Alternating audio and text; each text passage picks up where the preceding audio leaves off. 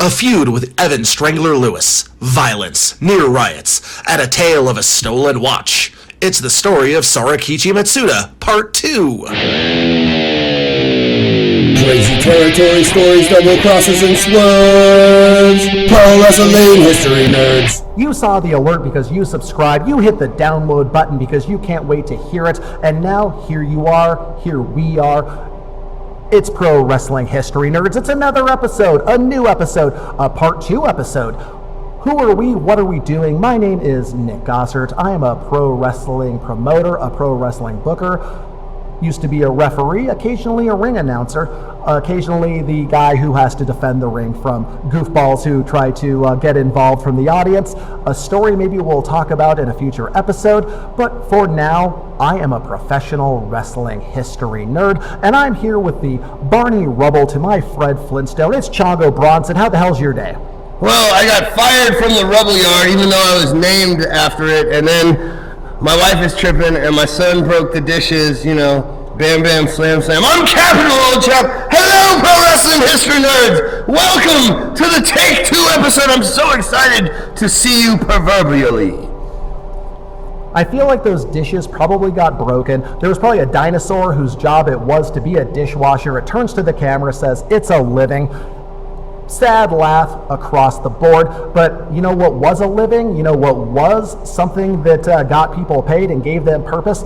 Wrestling in the 1880s. And we are here to talk about Sorakichi Matsuda. It is part 2, talking about the first Japanese pro wrestler in America, I guess in the world, because he wanted to take this art form, this sport, and take it back to Japan. He was so enthusiastic about it. He came to America, which wasn't very easy, in 1883. He learned the hard way how to apply a hold, how to do a pin, whether it was fair, whether it was a foil. He learned the rules. He wanted to take this back and have it be his gift to the people of Japan. And while in America, he sold a lot of tickets. He had a very fast learning curve, even though he did come from a grappling, a sumo background, a Japanese wrestling background. It's still a lot to learn, but he hit the competitive circuit almost immediately. Also immediately competing against the top guys in the business as a strange circus attraction, whether some were legitimate competitions or if a few of them were Hippodromes! Who can say either are possible? We weren't there. My time machine is broken. It needs a D battery. I can never seem to find them in 7-Eleven. What can you do? So we are stuck with conjecture, with assumption, and working off our best knowledge of what happened and why it happened. And in part 1, we covered him coming to America. We covered him learning English, learning catch wrestling, beating up some racist people that tried to bully him outside of a church, like Mr. Miyagi cleaning house after the Halloween party when Johnny and his friends were dressed as skeletons. We saw him already locking up with the names of the era, the BBs, the Muldoons, these are guys who were the who's who of catch wrestling stardom at a time when catch wrestling was becoming one of the premier sports to watch in America. Thousands of people buying tickets, coming to watch this crazy thing happen in these new arenas and theaters, the same places you would see Macbeth being performed by touring British actors. It was a big deal. It was a legitimate sport for the most part, as we say. So this was meaningful. This was huge.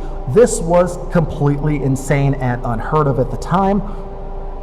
And some of you probably heard part 1, and maybe somewhere out there, there's the guy writing the definitive biography of Sorakichi Matsuda. You found his secret diary buried in South Dakota or someplace, and you have that viewpoint into his inner life and his day-to-day business that we don't have, and you'll hear these stories and go, hey dingus, you kind of fucked that one up. You're kind of assuming a little too much off of a Wisconsin newspaper that came out on a Tuesday from an author that wasn't even there.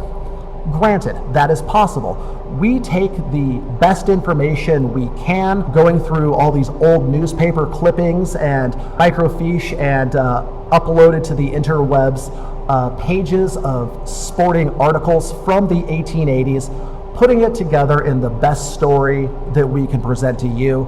I feel it's the closest thing to a narrative truth that can be provided. But you know what? As soon as you start telling a story, you interject yourself as the narrator. You have your own biases, your own favorite themes and such for a story. So storytelling is fiction, even when you're telling a true story. But gosh darn it, we do our best. It's some Carney shit, man. What do you want from us? Let me break it down for you real simple, nerds. Carnies didn't keep records. We have to piece together a tapestry of, Indiana Jones archaeology of pro wrestling, little tidbits, newspaper clippings here and there. And when I say we, I mean Gossi. He does all the work, and then I just show up and find out what we're talking about when we get here. But I digress, man. We are digging as deep as can be dug. And if you've dug deeper than us and you know more than we do, then shame on you for not getting it out there first so we could quote you. And like I said, we have covered the first, I guess we'd say half of his career, all those early challenges and successes, earning great money, wrestling in front of thousands of people, things that many people, even at that time, who were decent stars, never got to do. People today very seldom got to do. And this is a guy who came to the United States in 1883. He learned wrestling, American style. He sometimes got people to meet him halfway and do mixed rules, alternating Greco-Roman or catch wrestling and his native sumo wrestling. Usually he'd win those, but occasionally you'd meet a guy like Muldoon who would probably succeed at any sport he played once, so he managed to knock him off the stage or out of the circle. So a lot of the wrestlers were willing to make it a little bit more of an even match, most likely to sell tickets, most likely to keep things going for that extra 20 to 30 minutes in the main event. But whether it was done for business or for respect for his art, his style, who can say? The important thing is, you would think it would be a little less tolerant, even if it was a situation where they're just trying to draw out the main event.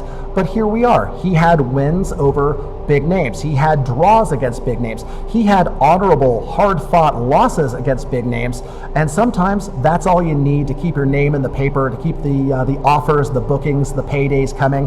And he sure as shit was doing that immediately. Yeah, one thing that you'll notice throughout this story is there's a real sort of Rocky Balboa undertone, where whether it's the heroic loss against the superior champion but showing the fighting spirit of a true martial artist, or as you're going to see, like a Rocky IV kind of thing, where obviously he is a novelty. He is a Japanese foreign adversary coming to America at this time. We're talking pre-1900. This is a very different and racist America, way more than it is than what would be. I mean, you're talking about racist headlines. You're talking about racist slander from the crowd in the ring. That stuff would not be tolerated today. The things that he overcame, and he became beloved and endeared by his fellow wrestlers and by the people because they really cared. He really was a trendsetter and a pioneer. And one way to definitely get a crowd behind you, no matter what their prejudices might be, is to wrestle somebody everyone hated. Like on January 28th, 1886, he had his first match against the feared, for very good reasons, Evan Strangler Lewis, in a 3 out of 5 falls catch wrestling match. No mixed rules, straight ahead catch, not necessarily in Matsuda's wheelhouse for even competition, but there he was. And this match was huge and took place in the sold out Central Music Hall in Chicago. The terms were $250 each and 75% of the gate to the winner. Wow. And that is a huge amount of money. No wonder they're willing to fight for 3 hours for a single fall. When that much of the purse is riding on the wins or the loss, you're willing to go to war and do what it takes to get the job done, man. That's crazy. According to the Salt Lake Evening Democrat, Lewis won the first fall with what was described as a double leg that put Matsuda on his back. In the second, Lewis nearly finished him with a rear naked choke, but for some reason the ref broke it up. Nobody really understands why that happened. Maybe the hold was banned, there was a miscommunication, who can say? Matsuda then tossed Lewis out of the ring, over the top rope in a scramble, which is not something that was allowed. He apparently felt really bad about this, and they shook hands. Whether accidental or as a receipt, Lewis then tossed Matsuda into the front row, and Matsuda was awarded the second fall as a DQ. In the third, Strangler Lewis caught Matsuda with his favorite submission hold, the strangle hold, the hang hold, the guillotine, whatever you want to call it, and put Matsuda out hard. It took a while for him to be revived and wasn't able to continue the match. Like we discussed in the Evan Lewis series, if the referee doesn't understand a submission and you don't necessarily tap out, you can be unconscious for a while before they notice that they need to stop this, which is dangerous, and that's why this hold was banned quite often. But he went to sleep, he couldn't recover properly, boom, that is the end of the match. Yeah, it's interesting that the referee broke up the earlier strangle attempt and then let this one go. But yeah, the ignorance of the referee as far as the nuances of the chokehold and the submission hold really is evident, because there's no way it should have been allowed to be held on long enough to keep a person out. Once it's released, the person should be revived pretty quickly unless it's really been held on for a long time. And even though it was one-sided and it did end with some controversy, because again, he was choked out, he didn't give up, the ref maybe let it go too long, people were not happy with it. So on February 15th, 1886, again in Chicago, was a rematch versus Evan Strangler Lewis. And in the rematch, an angry Sorakichi declared, "You choke me, I shoot you." Lewis reportedly replied, "I won't choke you, but I'll screw your leg off." The clearly pissed off Lewis took Matsuda down immediately and quickly secured an ankle lock that badly damaged Matsuda's ankle.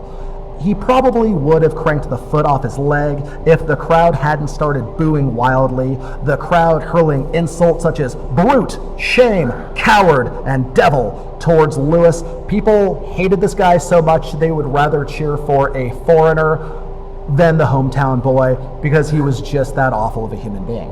Yeah, and let me tell you something. A leg submission that has been cranked past the point of where a person's tapping out and you continue to crack on it. I mean, you talk about like Paul Harris today. That is one of the nastiest things you can do to somebody. And it really shows what an asshole Strangler Lewis was. Yeah, he's one of those guys that most of his matches were obvious shoots. He sometimes would let an opponent he liked get that middle fall for the sake of drama, but when he wanted to hurt somebody, he would go out there and hurt somebody. He was the type of guy who definitely would have had like a UFC contract cut for holding on to a leg submission way too long. And it is very also funny that they even gave him this rematch with the stipulation of the stranglehold being banned.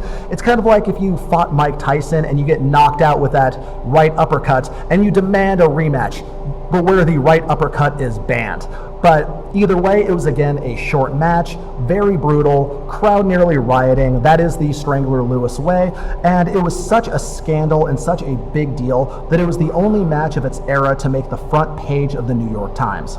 Wow, that is some pretty substantial press, and it shows what a warrior Matsuda was, to go in there and to challenge the most notorious, not just shooter, but a hooker. A hooker is a guy who's going to hook in a submission and crank it until your body doesn't work the same. And the fact is, he probably never walked the same after this match. There is, of course, various stories that mostly popped up later that he broke Matsuda's leg, broke his ankle, tore something important, but he was back to business almost immediately. For example, April 4th, 1887, where he defeated James Faulkner in a 2 out of 3 falls match, despite weighing 138 pounds to Faulkner's 155. The match was high-paced, with Matsuda getting the final fall by transitioning a half Nelson into a hammerlock and turning Faulkner over to his back with that. In the advertisement printed in the paper, they assured ticket buyers that this would not be a hippodrome. Well, that was a sound victory and a great technical exhibition against a larger opponent. But yeah, he's weighing 138 at this point in his career. You're talking about the solid man Muldoon that he's faced off previously is up in the 200-pound range, 190 to 210 pounds. Strangler Lewis, 190, 180-pound guy. He's fighting giants, and he's getting the job done, and he's showing the heart of a warrior, and that's why I think he was endeared to the people ultimately. He was a very active wrestler during this time, as every wrestler was, whether it was doing exhibitions in theaters, carnival shows, or these big matches. On May 31st, 1887, he lost to James C. Doyle in Baltimore. 1888, August 1st, he lost to Henry Moses Dofer in a mixed rules match.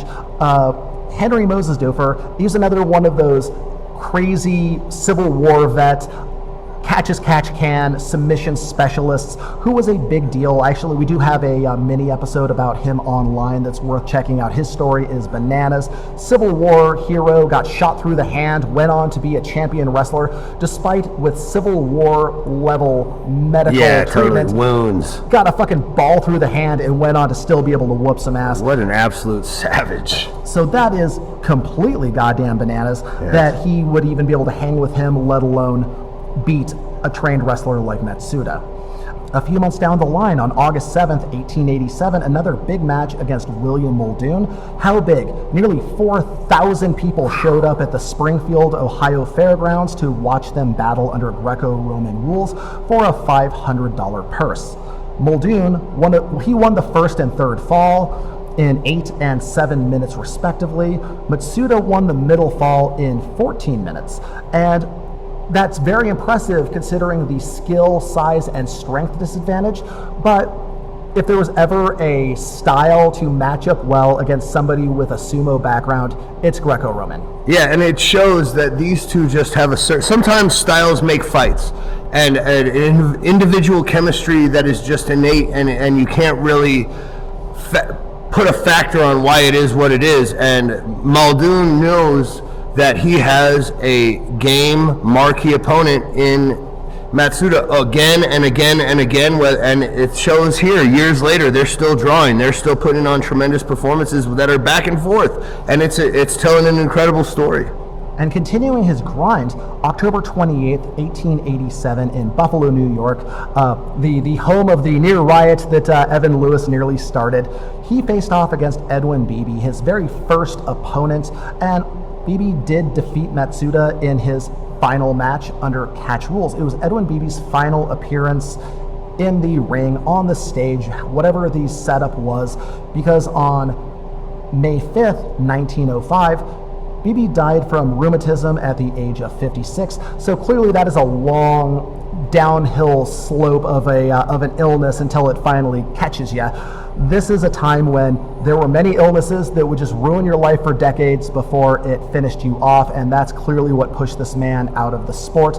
He did go out with a win over his Japanese adversary. Yeah, it was a very fitting end to his career, very story. There's a real poetic element to how that finished up kind of nicely and neatly. But you'll see if you listen to previous episodes, that is not an uncommon occurrence where just nasty disease and just byproducts of the health expectancy of people in this era. We're talking 1900, man. We're talking old school Civil War medicine. We're still in the 1880s. This is the time when stepping on a rusty nail could be a death sentence. This is a time when, I broke my hand, I am now useless to society, my farm will not be taken care of, my family might starve. Medicine was still a thing, healthcare was still a thing, but it was very primitive compared to what we're seeing today, let alone on an athletic level. On March 19th, 1888, there's an article in the Evening Bulletin that Matsuda had left New York City for Salem, Massachusetts, technically forfeiting the $750 he put down for a match against Joe Acton, another fantastic catch wrestler. Acton's manager said he'd hold the money in good faith, expecting Matsuda to return to wrestle Acton. Acton, you might remember from our Evan Lewis series, with whom he had one of the worst, most obviously worked matches of the day. And the match versus Joe Acton would end up happening, with Matsuda being unable to throw Acton in a gimmick challenge match. But good gravy, that was a lot of money to risk in those days. Yes, Acton's got some bad acting. They were seeing through his shit, as they say in the business, and the marks were none too happy. But I'm surprised that Matsuda was willing to book that finish and give such an amateur the opportunity to be successful. because this is a time where it wasn't simply a matter of an agreement for a guarantee from a promoter or a split of the door necessarily. Those things did come into play, but a lot of times you had to put your own money down to secure that match. Each man would have to put down $250 with the other guy winning the pot. And you would have situations where it would have to be, you'd have to take $500 out of your pocket or find somebody to back you. And that $1,000 became a guarantee for the winner, and then a minor deal possibly for a door split, however the extra money was coming in. And yes, there were many hippodromed matches, many worked matches, many fixed fights where nobody really put down the money. They just announced it because they would base the profit margin off of the gambling. They would see who's getting the most bets from the bookie, and then they would go the other way. Everything is a scam, everything is a con in pro wrestling, whether it's for the point of telling a good story and selling tickets, or lining your pockets with carny swerves like this. But either way, he's left town with $750 on the plate, whether that was legitimate or just trying to draw heat for a match down the road. Either way, that's a hit to your reputation as a responsible human being, because that's $750 in 1880s money. Yeah, what do you think the angle was of why he actually chose to do that? Who can say? Maybe it was a match, maybe he forgot, maybe he just wanted to visit scenic Massachusetts, he went on a witch hunt tour. Who can say? Either way, it is a weird move, barring some sort of weird emergency. Frank Dukes would probably say he was rescuing orphans with a katana. No such lies here, we just simply don't know. January 12th, 1889, he suffered another loss to William Muldoon, like many people were doing even at this time. Muldoon had been the champion for nearly a decade, but was still top-notch in conditioning, skill, and competitiveness, and Philadelphia got to see him absolutely run over Matsuda. But again, Matsuda is still enough of a draw, enough of a top competitor to get spots like that, without being like a good promo guy, or like, because you see a lot of guys who are able to run their mouth enough to get spots they don't necessarily deserve. You see guys like Chael Sonnen, totally. And now definitely Conor McGregor, guys who their shit talking gets them into the money spots. This guy, I feel, is still just getting those freak show Japanese wrestler spots, but after a certain point, would a crowd show up if it wasn't competitive? Because once you see a freak show, very few people go back to see the same freak show unless there was something of substance behind it. Yeah, that's true. I think it speaks, one, to the viability of Matsuda as a legitimate competitor and as a draw. Two, you could pull this shit, because if you notice, every one of these bouts in these series with Muldoon, they're doing it years apart in different places. Whether you're talking about 3 years ago in Ohio and now they're in Philly, they are taking, and you could pull that off back then because there was no internet. There was no, unless you saw it yourself or read a newspaper article or somebody saw it in that other town, it was new to you, and they could take the show, and it's not a surprise. And when you have a champion that established at that point in his run, he's going to look for the guys that have been successful opponents for him time and again, and it makes sense that they're getting another crack at this. Because this is before YouTube. You couldn't simply pull up the first Muldoon Matsuda match on the internet and give it a watch. You didn't have, in many cases, detailed play-by-plays in the sporting pages. Those were reserved for, like very big, very rare type matches, and usually quite a bit later. You would find good descriptions of matches where it'd be like a title match between Evan Lewis, Farmer Burns, Evan Lewis and Ernst Robler, or Gotch later on. But a lot of these were just you'd see in the paper under the sporting news, and halfway down on the horse races and the squash games or the frog races. I don't know what people did in these days outside of what I read from Mark Twain. You just see Muldoon defeats Matsuda, 20 minutes, whatever, just the basic information, but then you would know the names. So you could very easily, much like we talked about in the Carnival episode, you could take the same show 5 states over, no matter how played out it would be in other places, it's brand new because they're not seeing the TV replays, they're not seeing the internet replays, they're not on Twitter getting everyone's fucking dumb shit reaction to it about how it should have gone this way or this person's a bum. You are seeing an attraction that has been billed as an attraction that you have heard of, even if it's peripheral, so you know this is an important sporting event, so you will put down your nickel to go see it because it beats the hell out of going out to the pasture and watching the mule shit yet again. Yeah, there's nothing else going on back then anyway. It's the hottest ticket in town because it's the only ticket in town. And, you know, the viability of a draw, you know, Philly will always throw down to see a good proper scrap title match. Whether it was 1889 with this match or in the 90s with ECW or contemporary television wrestling where every time they have a pay-per-view there, that crowd eats the show alive. They will do what they want. They will boo who they hate, whether they want it scripted that way or not. Philadelphia is a hell of a sports town. It's a terrifying sports town. Flyers fans scare the shit out of me. If you're a Flyers fan from Philadelphia listening to this, that's a compliment. I love a good wild fan who lets the players know their mind. Yes, you guys threw batteries at Santa, man. That's heel life. If there were D's, I need those for my time machine. Totally. Call back, Joe. All the D's get thrown in the field in Philadelphia. And in Scranton, PA, on January 21st, 1889, home of The Office, birthplace, I think, of the president. I know he lived there anyway. Matsuda took on Greek wrestler Antonio Pierre, and Matsuda won the first fall. But Pierre started getting rough, as it often happened in wrestling these days, resulting in Matsuda pouring blood from his nose. The audience was so outraged by the rough treatment that they nearly rioted. Pierre's rough tactics paid off, however, and he won the following two falls. The Butte Semi-Weekly Miner described Pierre as winning with a stranglehold, so we'll just assume it was a guillotine. So Matsuda came out, probably still being the lighter wrestler, won the first one. The guy started probably throwing punches, headbutts, cross-face in the nose, doing things that are dirty, if not outright illegal, hurt him enough to get the next two falls.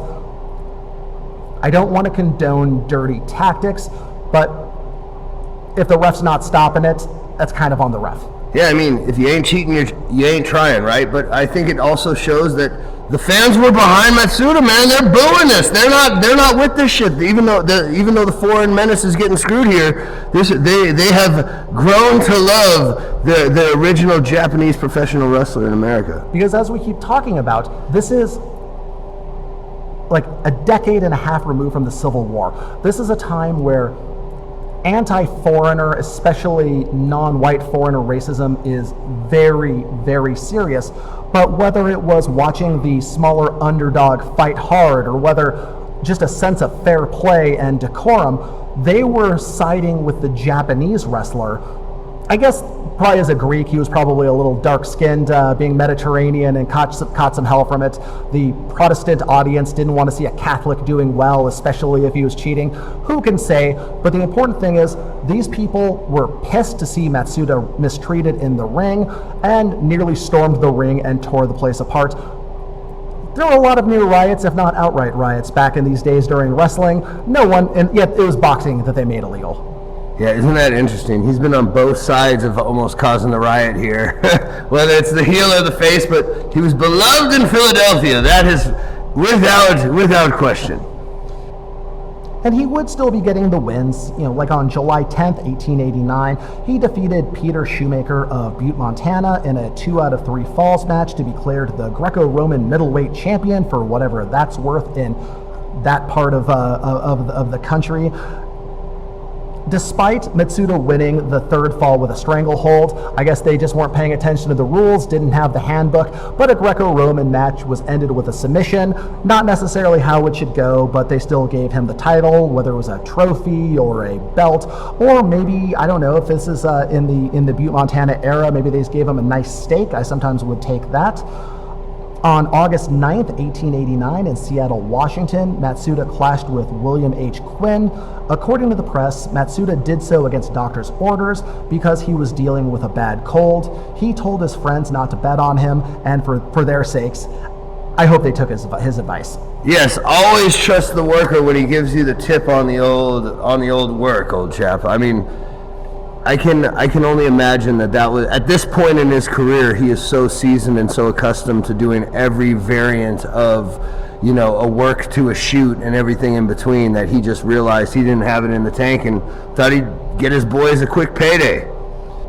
And that's a concept that we do see a lot in matches from this time, especially like when we talked about Lewis, of people continuing their careers with illnesses, because these were things that were planned months ahead of time, thousands of tickets sold, and this isn't the day where you could get some NyQuil or some Dimetapp or whatever the heck it is that's ailing you. You can't simply throw back a bit of cough medicine to suppress your symptoms. These are the days where like a cold could be like a debilitating 3-month battle. But you know what? You got to put food on the table, so you still go out there, you still do your thing. And now we get to a story which actually kind of got me in the old feelings a little bit. On April 4th, 1890, it's not a wrestling match. It's not a face-off in the ring or on a stage, but something that just made me feel really bad for the guy. According to news articles, he was robbed in the middle of the night. Someone snuck in, stole $40 of cash and a gold and silver watch his father had given him before leaving for America. Ugh. Just something about this really made my heart hurt, thinking about the rough and tumble life this guy was leading in the United States, traveling from coast to coast, fighting everyone, just that amount of travel, and someone stole the emotionally charged, valuable object that he kept with him the whole time.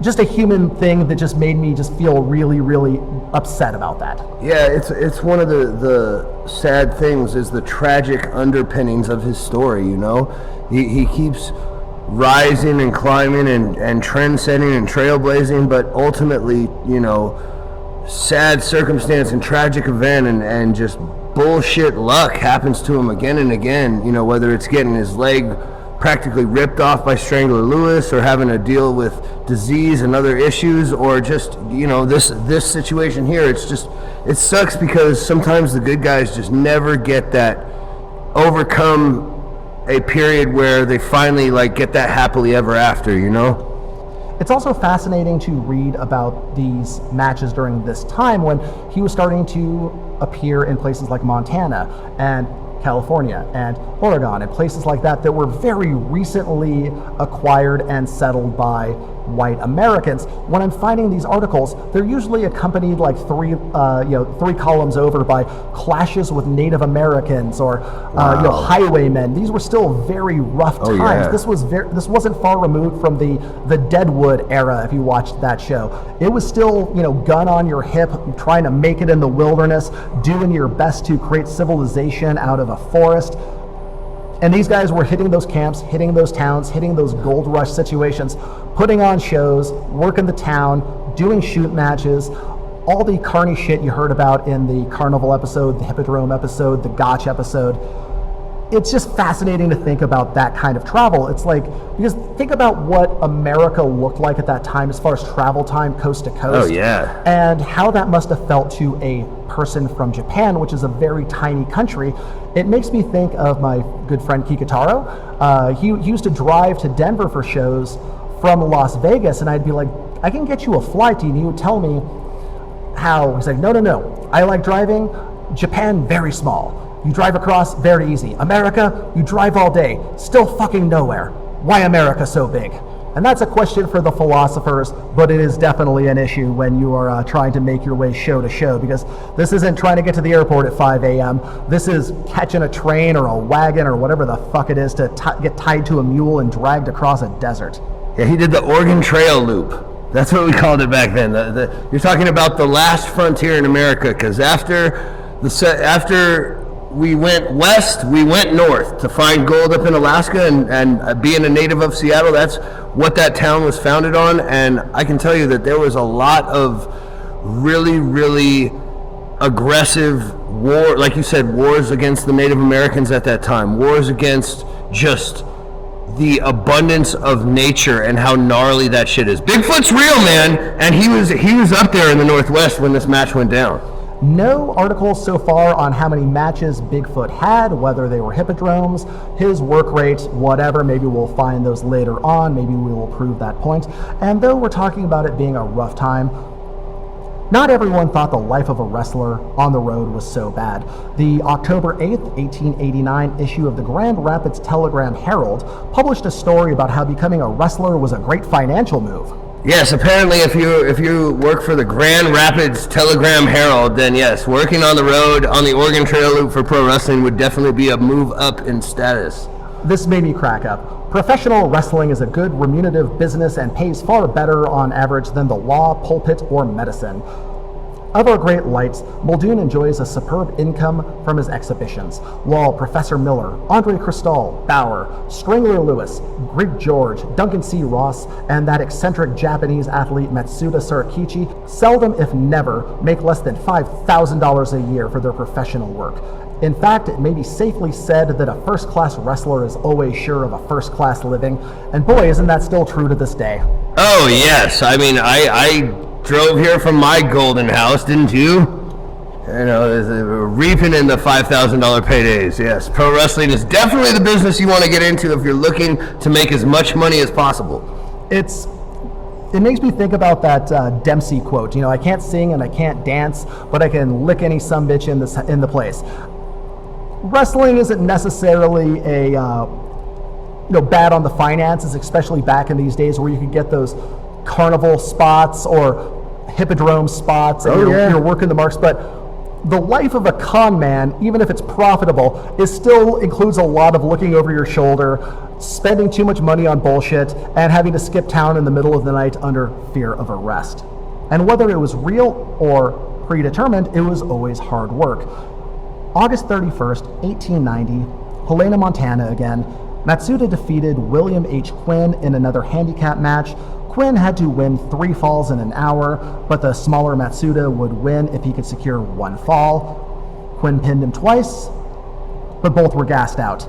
Quinn made a mistake and got caught in the stranglehold and rolled flat onto his back to escape the submission and was considered pinned. Quinn was so badly chewed up by the choke that he had to be carried away. Matsuda received $250 plus 75% of the gate. According to the Seattle Post-Intelligencer, Matsuda got in shape by pulling a boat and running up and down a mountain. I guess that'll do it at altitude. But yeah, so long as you were winning, there was a lot of money involved. 75% of the gate is always going to be a decent payday.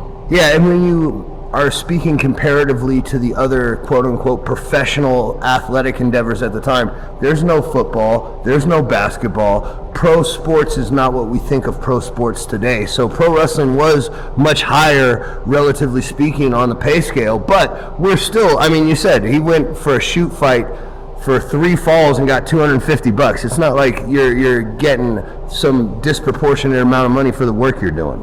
And honestly, even with inflation, that's still more money than I ever made on a fight.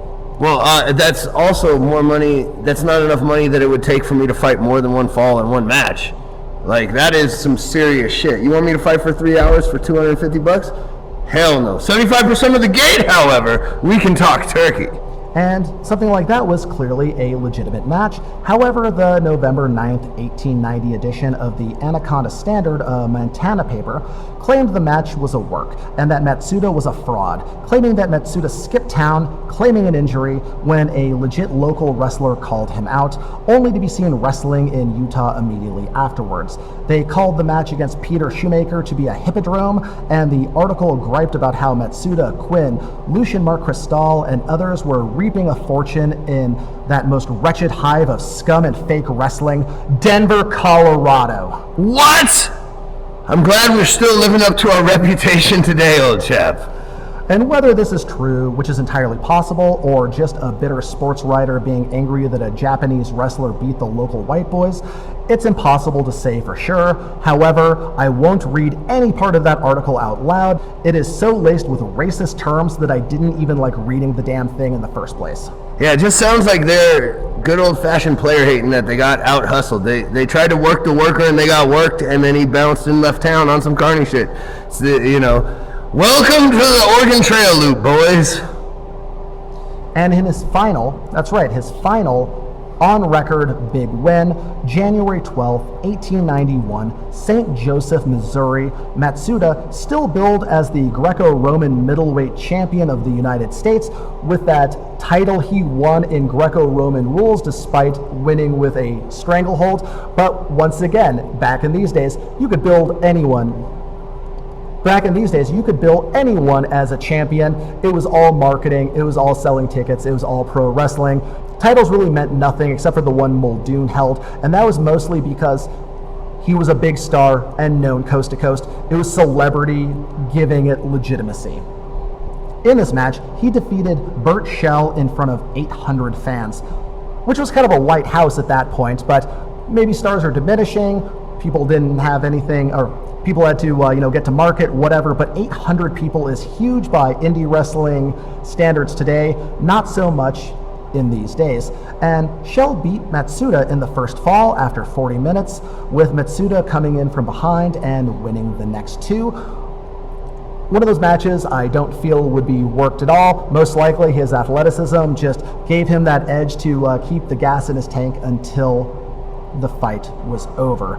But then we kind of hit a wall. We hit May 13th, 1891, his final match that I could find any information on, versus Martin Farmer Burns in Troy, New York.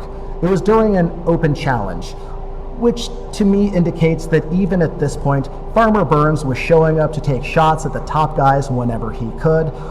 A situation where Matsuda was just going open challenge, trying to make some carnival money, some theater money against the local goofballs. And who shows up but the fucking farmer? Yeah, Martin Burns. Oh, that is the worst stick you could have in the audience, man. The guy who made his career. If you followed the previous episodes that we've done that have included Farmer Burns, you know this. But that was, his gimmick was literally being the farmer to answer the open challenge. And he made a career off of that and became one of the most dominant, not only competitors, but became one of the father figures of pro wrestling and of modern training methods and training camps. And that's just a bad luck of the draw, man, because the farmer is some serious shit. And Farmer Burns, Martin Burns, more or less ran through Matsuda, embarrassed him in front of everyone, took the challenge money, went on with his day. But why was this Matsuda's final match? Because Matsuda had contracted tuberculosis at some point and had become incredibly sick from it. In retrospect, many realized why Matsuda had appeared to be a shell of his former self over the last few years, over many matches on his decline, and was practically a throwing dummy in the hands of someone like Farmer Burns. Soon he was bedridden, broke, abandoned by his wife, and sadly never achieved his goal of introducing American-style wrestling to Japan. At the time, Japan had become ferociously nativistic with their culture and rejected all things foreign and Western after their long fight against European and American influence. It wouldn't be until after World War II when professional wrestling would catch on in Japanese culture. On August 16th, 1891, he died in his New York City apartment and was buried in Woodlawn Cemetery in the Bronx. This is a man who made thousands of dollars, went coast to coast for almost a decade, huge matches, but he just spent the money as fast as he could make it. A bit of a problem for many athletes, many fighters, where you get all this money coming in, you live like a maniac doing every fun thing you can think of, and then when it runs out, everybody abandons you, because he was abandoned by his wife, he was abandoned by his Japanese girlfriend. The community would try to take care of him because there was a Japanese immigrant community in New York that at least would check in on him. But tuberculosis, especially in this era, and especially when you're someplace like New York City with that much humidity, is a horrifying illness. There was no cure, there was no treatment, except go to Colorado where there's go someplace dry and at altitude, and it's a horrible disease. It was a horrible death.